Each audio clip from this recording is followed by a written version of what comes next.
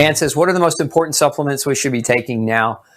So it's a great question. And it depends on what you're talking about. If you're talking about immune support for corona, go back and I did a video, and that's actually on our resource page for COVID-19. That's glutenfreesociety.org/viral outbreaks is the URL for that. We can get that on the screen for you. But there's several different videos there. And one of them goes through the different types of supplements that you can use to support your immune system right now that I would recommend that you focus on. As far as the allergy season is concerned, my favorite is Histassist. There's also Ultra Q, and Ultra Q is high dose quercetin, and if you mix that with the Detox C, the vitamin C, that combination is really powerful at supporting immune function. And again, going back to stabilization of mast cells, the research on this is actually quite profound too. So not only is this something you can do to support your immune system, but it's research backed as well. So those, again, depending on what you're trying to do. Now, if you're struggling with a lot of watery, teary, itchy eyes, runny nose, nasal drainage, from that perspective, I have something called Ultra Sinus Support, which is a mixture of a number of different things. One of the main ingredients in this is NAC, which I've talked about in regards to its properties relating to influenza virus. There's some research studies showing that NAC is one of the only studied ingredients that can actually reduce the severity of symptoms of influenza. It can reduce the recurrence rate, but it can also shorten the duration. There's actually research that shows that NAC at about anywhere between 1,500 milligrams a day to 3,000 milligrams a day or higher can actually do that. But that's one of the main ingredients in ultrasonic support. One of the reasons why is that NAC is a mucolytic. So a lot of people during allergy season will run over to like CVS or Walgreens and they'll buy, some of these medications that are designed to help stop the mucus, right? NAC is one of your natural mucolytics. In some countries, it's actually approved as in the FDA. In America, it's FDA approved as a treatment as a mucolytic agent. So again, NAC, oral NAC can work very, very effective. Can be a very, very effective thing to support sinus issues during this time of the year where you're, maybe not having the cold per se, but you're having environmental allergens that are causing a lot of that teary, itchy, watery eyes and drainage. Okay, good question, Ann. Let's see here. It's a little off topic. Tracy wants to know, do amino acid supplements help with thyroid support? So they can, depending on what kind of support you're after, but your thyroid hormone is made from tyrosine. Tyrosine is an amino acid, and so in that regard, you need tyrosine to be able to make T4. So in that regard, yes. Let's see here.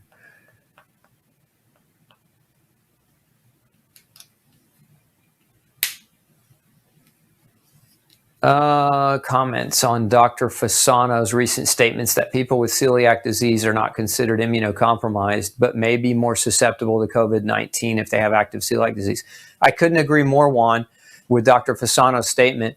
Having a diagnosis of celiac disease does not mean you're immunocompromised. I actually talked about this last week. It's not people with celiac disease that's the issue. It's people with undiagnosed celiac disease or people who are non-diet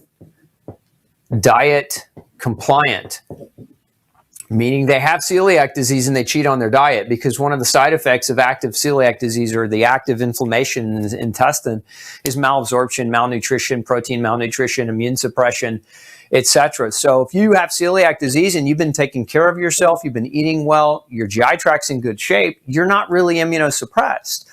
You're just a person who had a past diagnosis that you treated and cured with your diet, because that's the cure for celiac disease. The cure is diet change. And in that regard, I agree with Dr. Fasano. But if you're undiagnosed celiac, in essence, you don't know that you have a gluten problem. And let's say that you're eating that gluten. Yes, you're going to probably be one of those at greater risk and immunosuppressed. Now, those of you who are new to the Dr. Osborne show and you're wondering, do I have a gluten sensitivity? I don't know if we can put the link up, but we have a quiz you can take. It's free. You just answer the questions, and it's not a guarantee that you do or you don't have gluten sensitivity, but what it can do is it can help you understand whether or not you need to go seek additional types of testing from your doctor. So take that quiz. We'll put a link up and take that quiz. And if you come back with a positive result of that quiz, then it may be a good trigger for you to go and get deeper testing done to determine whether or not you have gluten sensitivity. Let's see here. Marie wants to know, how often can the 3-day round of vitamin D be done? So I talked about this a couple videos ago. High doses of vitamin D can be taken for 3 days, 150,000 units for 3 days for an adult. It can be repeated a few times. It's not going to be more effective if you repeat it over and over and over again. I mean, most people, I wouldn't have them do it more than 3 times per year, once every trimester or once every quarter, 4 times at the most. But I mean, it really is not something that you're going to get greater benefit from by doing more frequently. So if you've already done that with the onset of this corona, doing it again now is not necessarily going to benefit you more. Okay.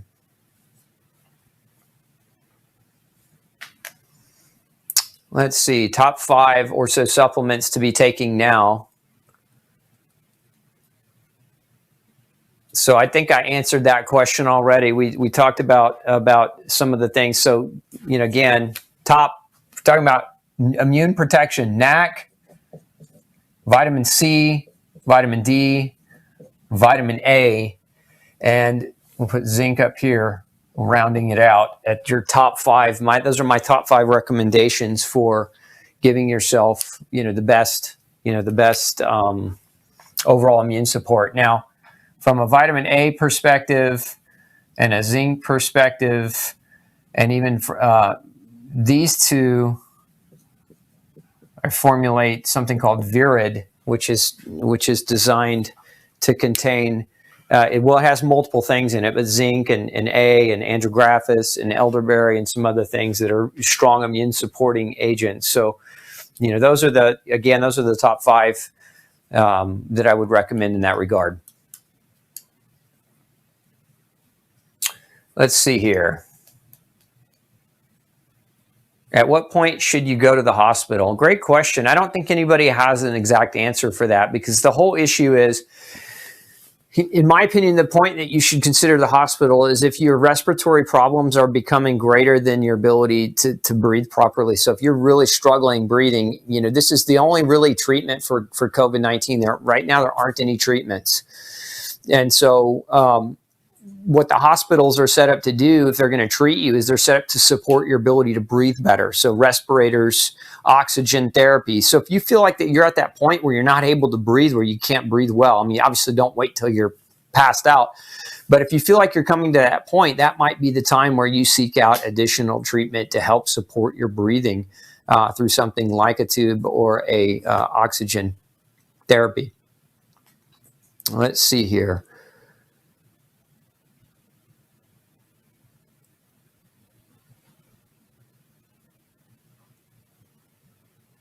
Let's see. So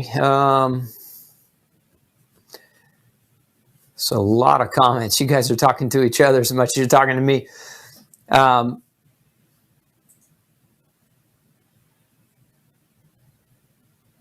So Jody says, I have a holistic spray called Sinus Blaster, has echinacea in it. Should not take it too much with thyroid problems. I take levothyroxine. More than that, Jody, I'd be concerned that you're on levothyroxine. Levothyroxine has corn in it. And if you're a gluten-sensitive individual, many people with low thyroid are gluten-sensitive, then you might want to talk to your doctor about compounding your medication to getting the corn out of it. I'd be more worried about that than I would about echinacea.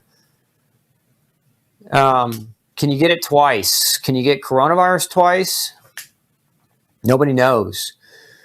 Nobody knows what the recurrence rate is. This disease is too new. I don't think we have enough data to say yes, you can, or no, you can't. Can the symptoms include vomiting? Yes, they can. I actually was drawing on the board. I said there are a couple of studies out of China, and nausea, vomiting, diarrhea, gastrointestinal bloating, and stomach pain were all symptoms being reported according to a new study that came out of China last week. So yes, that vomiting can be a symptom. Let's see here.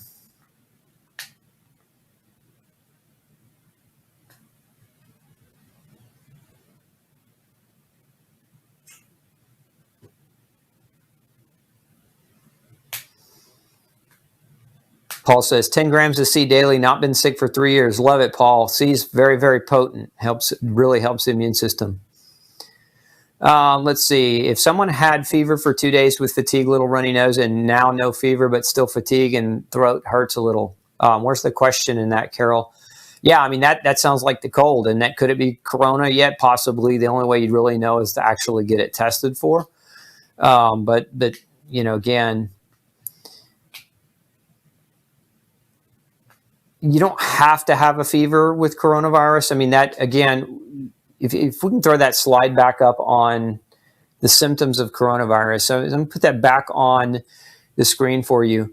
Those are the common symptoms being reported for corona that you're looking at right now. You don't necessarily have to have every one of those symptoms in order for it to be labeled corona. You could have 3 out of those symptoms. You could have 4 out of those symptoms. Again, this is one of the reasons why test sites are starting to open up, is we're trying to figure out who does and who doesn't have it. And it's, again, the symptoms is a form of cold, right? And so cold symptoms are pretty ubiquitous and they're pretty homogenized across the board. There are a lot of people that can have varying or a variety of different cold symptoms. Of course, all of you are unique individuals, and so your response or your symptoms might not be exact to what everyone is experiencing. So, it's hard to really say. I would say the only way you're really going to know is if you got tested. The problem right now in the U.S. is that there's a limit to testing, and I think we just funded a bill and a couple of different lab companies to create the opportunity for more capacity to do more testing over the next few weeks. And more is going to come out as we test more people.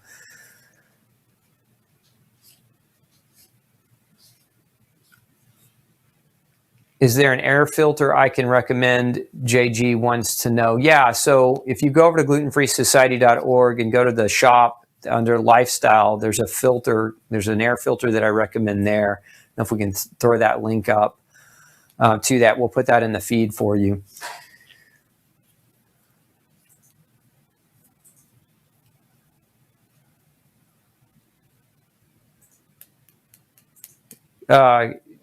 John wants to know, is there natural alternatives I can go other than taking hydroxyurea for my ET, central thrombocytosis?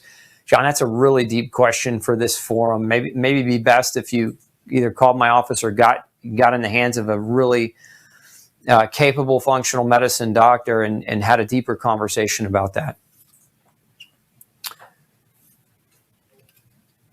Yeah, Carol wants to know about the first signs of coronavirus regarding stomach ache. Yeah, so again, the issue there, some of the research coming out of China says that some people are manifesting their first symptoms of corona are manifesting in the GI tract instead of as much respiratory. So they're getting nausea and vomiting and GI bloating, abdominal pain. So again, that may be what you experience first, again, based on a study, actually 2 studies published last week from China.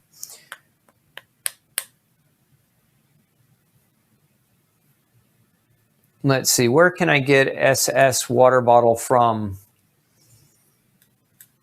If you're having a hard time finding a water bottle like this one made in Switzerland, I would just recommend glass. Just use glass. Glass is easy too. And if you get one of those that have like a silicone jacket around it so that if you drop it, it doesn't shatter everywhere, that, prevents it from breaking. But, glass is just as good as a water bottle that you see me drinking from here. I actually have several glass water bottles as well. Marsha wants to know if the dog park is a safe place right now, if not with groups of people. Yeah, fresh outdoor air. Yeah, totally. I mean, do dogs poop everywhere in a dog park? Sure, but I mean, you're not hopefully not walking through that and you're sidestepping it well enough, and that the park is big enough that that's not everywhere anyway. But I'd say, yes, being outside and getting fresh outdoor air is a good thing for your health. What does NAC stand for? Vicky wants to know. NAC stands for N-acetylcysteine. N-acetyl-L-cysteine. Now, sometimes it's written where you'll just see it written as N-acetylcysteine without the L in it. Same thing. So that's what NAC stands for. Dave wants to know my opinion on EMFs in Wuhan, the towers and the 5G as a factor in destroying cells this weakening immunity. Look, I don't think there's any doubt that 5G can weaken immunity, but I can't jump to the conclusion that 5G is responsible for what we're seeing with coronavirus. I think it's more than just 5G. That being said, do I think 5G is a good idea? No, I don't. That's, for me, that's the limit. I'm not going any more over 4G. And if they shut down my cell service and say you have to have 5G or your cell phone won't work, then I'm going to throw my cell phone in the garbage. That's kind of where I stand on it. Let's see here.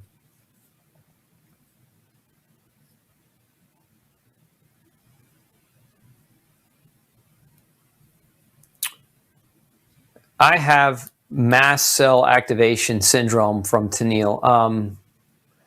Caused by black mold. I ran out of my histocystin waiting for it to come. Can last cells cause more pain? I'm not sure I understand that question. Oh, can mast cells cause more pain from a recent injury?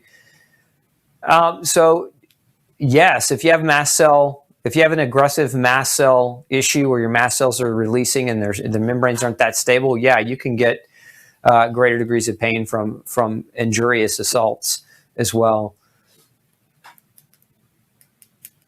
Vicky said, I was told by a naturopath to do 50,000 units of vitamin D for 2 weeks. What do you think? I think it's perfectly safe to do it unless you have like a calcium disorder or some type of kidney problem. But 50,000 for a couple of weeks. Look, there's no reported deaths. I mean, I shouldn't say none. I think there's one reported death from vitamin D, and it came from severe overdosing of like more than 1 million units a day for longer than a year. And so, you know, again, the fear that vitamin D is somehow super mega toxic is really just that. It's an illogical fear that was put out. I don't know who originally put it out. I know that a lot of people fear fat soluble vitamins because, you know, the kind of the simplistic thought behind that is if it's fat soluble, it can store in fat tissues, therefore it can become toxic. But in reality, vitamin D has a lower safety profile than water, meaning, or a higher safety profile than water. So you're more likely to drown or overhydrate from drinking too much water than you are from overdosing on, you know, typical doses of vitamin D. That being said, it's always a good idea if you're going to be on higher doses of any nutrient for long periods of time that you're working with a doctor who has the ability to measure you for the potential of toxicity. It's just a smart thing to do. So if that was your naturopath's guide or guidance for you, then just follow up with that naturopath and make sure that you're measuring your levels and that they're not becoming dangerously high. Okay, let's see.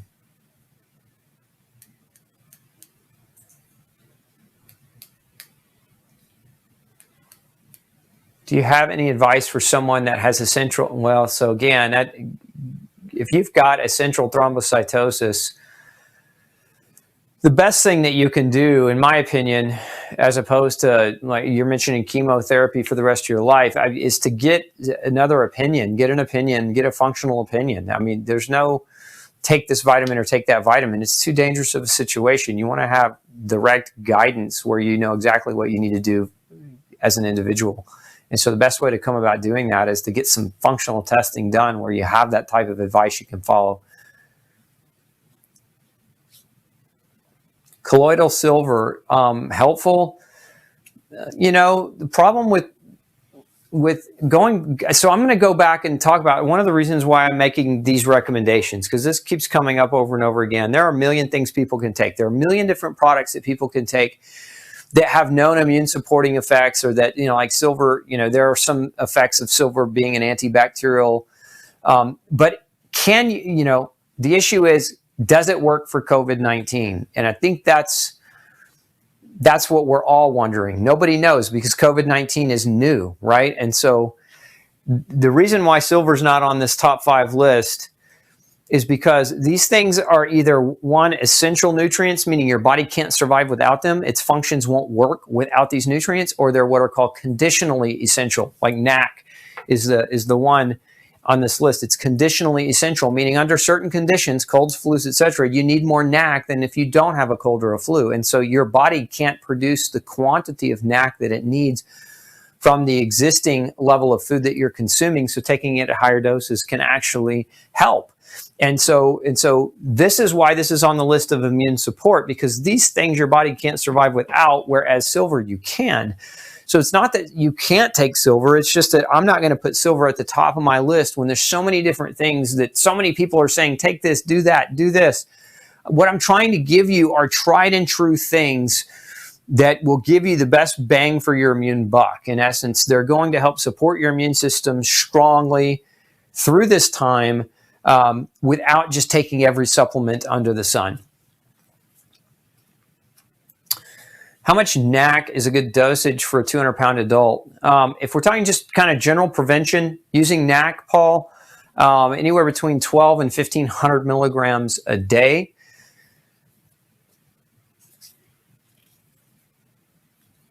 Does Wim Hof method help with coronavirus? I wouldn't rely on Wim Hof to overcome the coronavirus, but is breathing important?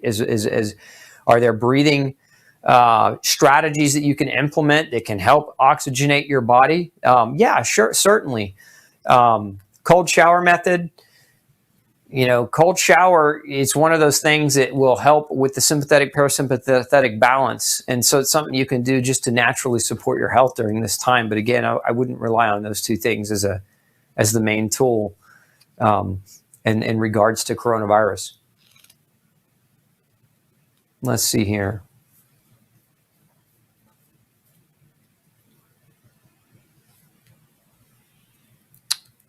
How much vitamin C should be good for adult to prevent illness, flu on a daily basis? So first of all, there's no way you can prevent illness. You can try to prevent illness, but there's no guarantee, right? And so we do what we can. We do the best for our body. We do what's right by our body. But kind of a daily strong dose of vitamin C for an adult, anywhere between 5 and 10 grams a day. Vitamin C, you can take it up to what's called bowel tolerance. And we've talked about this in the past. If you look on my channel and you look up vitamin C, crash course on vitamin C, I actually in that video go through and talk about how to do a vitamin C flush where you can determine what your bowel tolerance is. And that way, that gives you an accurate way to assess how much vitamin C to take for immune support.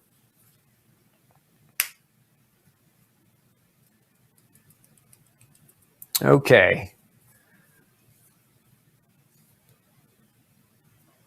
So Chucho wants to know, he says they're saying that it's a cytokine storm syndrome that's hurting some folks. What is that? A cytokine storm is when your immune system attacks or aggressively responds to an infection, creating a massive release of chemicals called cytokines, and cytokines can destroy tissue. When you overproduce them, a cytokine storm is where it can create damage and degradative damage to a lot of tissue simultaneously at once, which can put you in a greater situation or a graver situation. So Matthew says, I know supplements will not prevent you from catching a virus, but how much do you think CDA and NAC along with zinc truly help you fend off and ride out a time of sickness? It's different for different people. I mean, all I can do is give you kind of what we would call aggressive doses. So if we're talking about vitamin C, aggressive dose, for an adult, 5 to 10 grams a day. If we're talking about zinc, upwards of 100 milligrams a day for an adult. If we're talking about vitamin D, we talked about vitamin D therapy, 150,000 units for 3 days in a row. And if you're talking about vitamin A, 25,000 units for, several weeks is not out of the question in terms of a strong recommendation. Natalie wants to know, what about Ultra Q? Is that a powder? No, Ultra Q is not a powder. It's a pill. And, each pill is 1 gram of quercetin, a very high dose quercetin dihydrate, which is very absorbable form of quercetin. A lot of your quercetins are not, a lot of your supplements, they don't absorb very well, which is what's unique about Ultra Q is it's highly absorbable form. So 1 pill is 1 gram of quercetin. Okay, let's see here.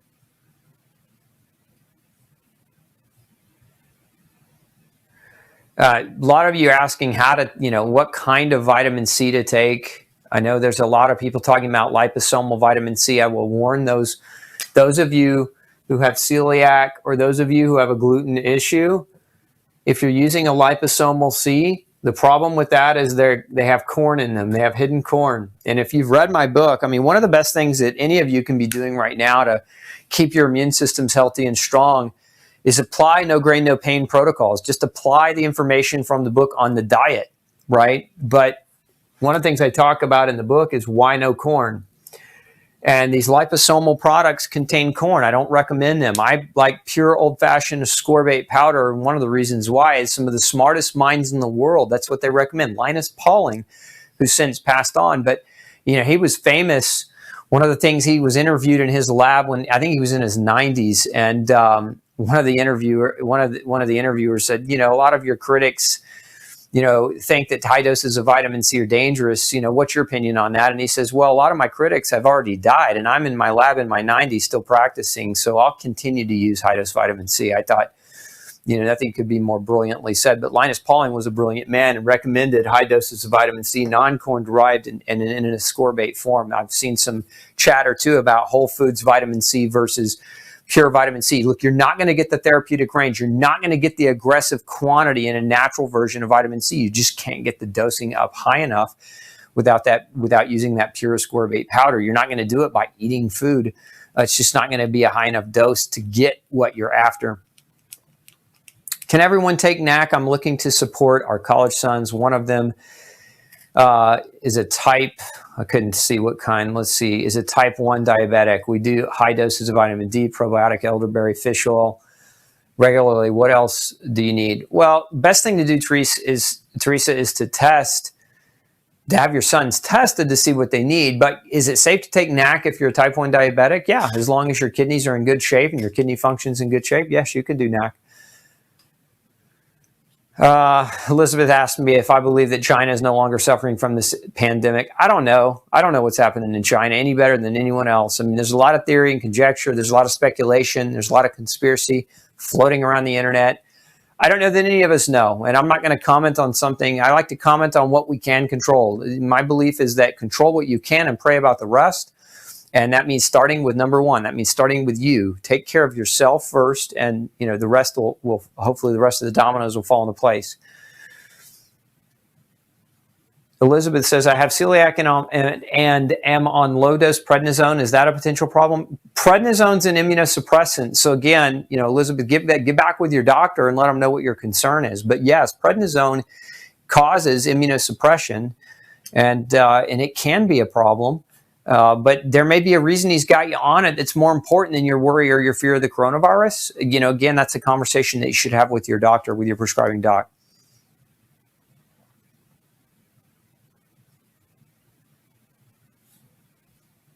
So Brittany wants to know, I have celiac, and I'm not sure what you mean by ME. I think I know what you mean by CFS, chronic fatigue syndrome. My son has celiac and asthma. Should we even avoid having a family member visit? I'm a nervous mom. It's a judgment call you have to make. I mean, as I said earlier, you can have celiac, but if your diet's well controlled and your health is generally good and you're not on a bunch of immune suppressing medications, then I would worry less about a family member visiting right now if they are also in good health. Now, if your family member's got a sore throat and they're teetering and they're not sure, then the best thing to do is just keep them out of your house. But if you've got those diseases and they're active, you're at greater risk than if they're not active. Okay, stainless steel good too for drinking container? Yes, can be just fine. Stainless steel. Teresa wants to know, what about lysine? Lysine's benefits from a viral perspective have mainly been studied in things like herpes type 1, fever blisters, but not colds, flus.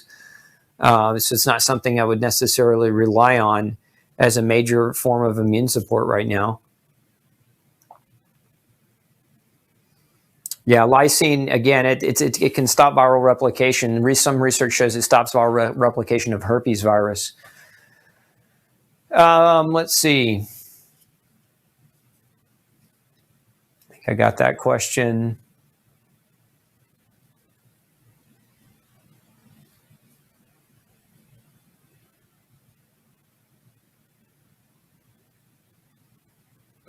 Beth wants to know, is elderberry safe if you have histamine issues? Can you take it as a preventative? Yeah, you can. Again, I mentioned this earlier. The thing I'd worry about with elderberry would be the delivery mechanism. It's oftentimes in sugar. People put it in sugar in the syrups, and it's that sugar that can be a problem.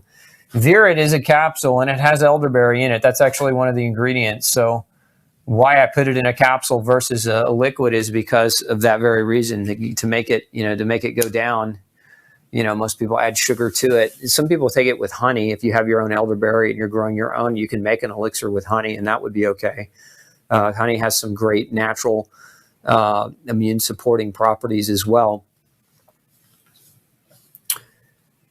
Okay, can vitamin C interfere with sleep? No, not typically, not unless you take so much that it wakes you up because you have diarrhea. But no, not typically. It's not typically going to interfere with sleep. That being said, anybody can have a reaction to a supplement. I mean, just because it's not typical doesn't mean it's not possible. And I think that's important to understand, is that you are all unique individuals and you all have your own unique responses and reactions, and you should listen to your body. You should honor what your body is trying to communicate to you. So if you found that by taking vitamin C in higher doses that you can't sleep or it disrupts your sleep, then you're right and I'm not.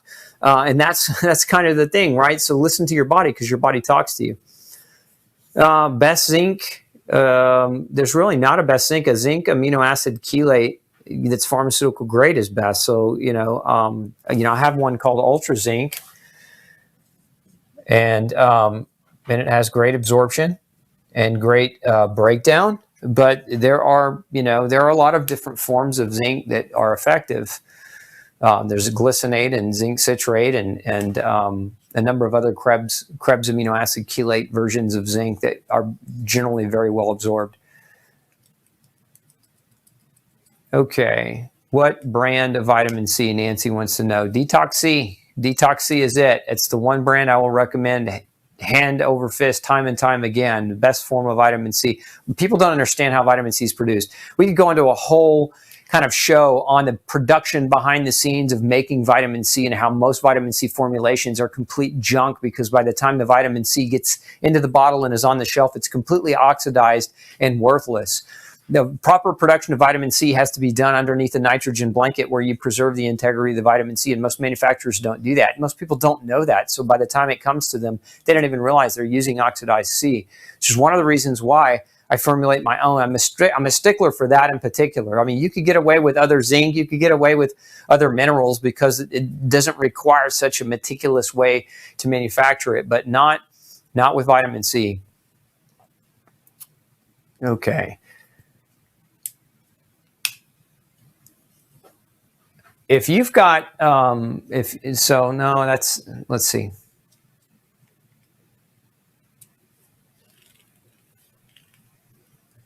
So use Sarlot once. He says, I have bronchiectasis and was hit hard last year with pneumonia and feeling short of breath, dry cough. Do you recommend nebulizing with alkaline structure silver solution? No, I don't have any experience with that, so I can't really comment. What I would inquire to your doctor about, I would inquire about nebulized glutathione. There's research on nebulized glutathione, and as an overall tool for people that have lung issues, nebulized glutathione could be a powerful ally in your arsenal, but it's something that you have to get prescribed by your doctor. So I would have a conversation with your doc about a nebulized version of glutathione, because it goes straight to the lungs. Whereas if you take NAC, one of the reasons NAC is so powerful, because it helps your body make glutathione. But if you have a direct problem in the lung, nebulizing it directly into the lung can actually be much more effective than oral dosing.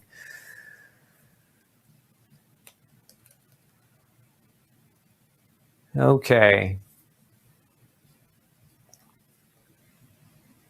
Could NAC keep you awake? Yeah, it could. NAC could actually keep you awake if you struggled, Brigitte, if you struggled with staying up later than usual with NAC. Take it before 4 p.m.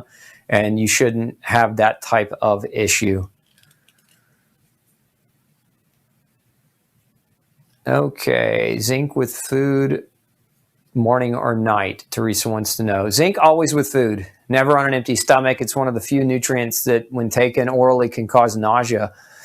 So you always want to take zinc with food. And as far as morning or night dosing, it doesn't matter. You can take it morning or night. There's not a preferential time or not a benefit over one versus the other. Somebody's asking about camu powder for vitamin C. Sure, you can use that for vitamin C, but again, you got to then you got to ask, where was the chemically sourced? How was it preserved? What's the quality of the actual vitamin C? Is it therapeutic? Is it going to be pharmaceutical grade? Like, these are all questions that, when you start processing food to get your nutrients, that you should be asking the producer, the manufacturer of that product. Let's see here.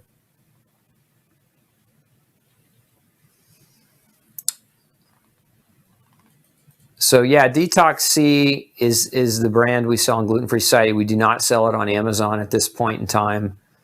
And one of the reasons why, actually, I'll finish up with this last question. Amazon, a lot of their products, and I don't want to say that every product on Amazon is counterfeit, but it was about a year ago. It was a major investigative report that came out on fake supplements on Amazon, where a lot of the products that were being sold on Amazon were actually counterfeit versions of actual good products. And so it's one of the reasons why I haven't put anything from Gluten Free Society on Amazon, is I want to be able to make sure that we can control.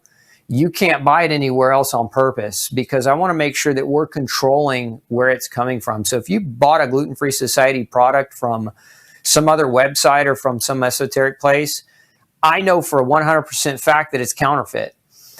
So we want to control that, because we don't want the quality and the integrity of our products, because it's a big mission that we're after. I mean, we're not only are we trying to help the gluten-free community and the celiac community by ensuring that what they're getting exposure to in their supplements is not something that's going to make them sick, but even if you don't have celiac disease and you're just looking for good quality, our job is to protect you and to make sure that quality is protected. So it's one of the reasons why I've taken a stance to not put our products on Amazon or really any other distributors that we've worked with. We've looked at working with other distributors and distributing it and kind of on a more wide scale. We just haven't figured out the solution to that yet. So continue to be patient with us as we try to navigate those waters.